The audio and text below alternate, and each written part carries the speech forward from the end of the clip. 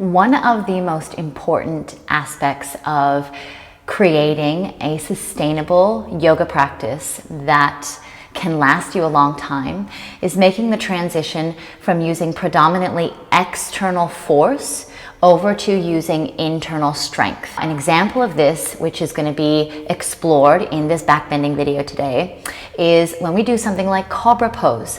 When we use our hands and we press the hands down in order to get the chest lifted, that is using external force. The hands represent external force to force the opening of the front of the body, to force the body into a higher position. If we were to use internal strength, that would look like not using the hands at all and just simply hovering the hands away from the ground and seeing where we get, seeing the height that comes as a result of not using external force, these guys, and just using internal strength, which is going to come from the strength that is through the back of your body.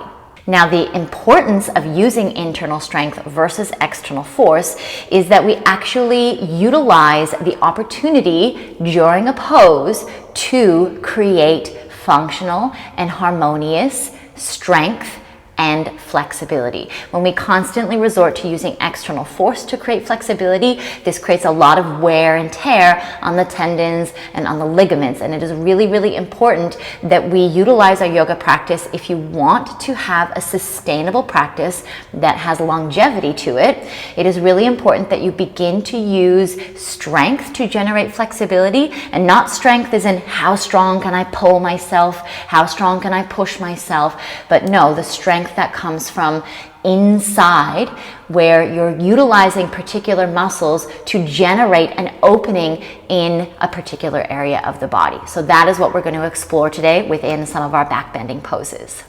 The typical approach to COBRA Pose sees us pressing the hands down to press and lift the chest up. Now this is using, again, the hands, which represent external force. What happens when we take that away? Well, the body drops down because the back body muscles cannot actually support the lift of the chest to that height. What you can do is start with the hands hovered off the mat and then feel into the internal strength capacity that you have that supports your flexibility.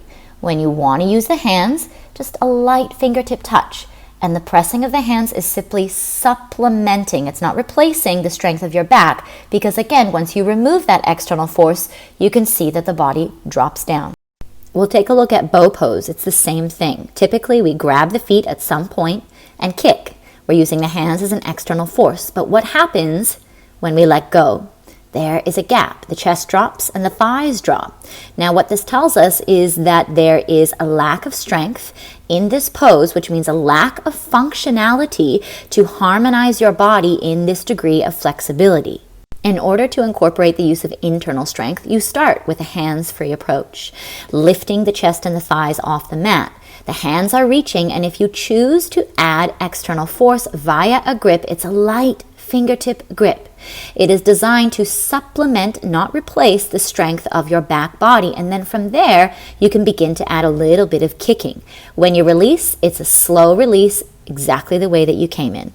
We see the same thing happening in a camel pose, where the hands are planting on the low back buttocks area to support the weight of the upper body as you go back. But again, this is not utilizing strength.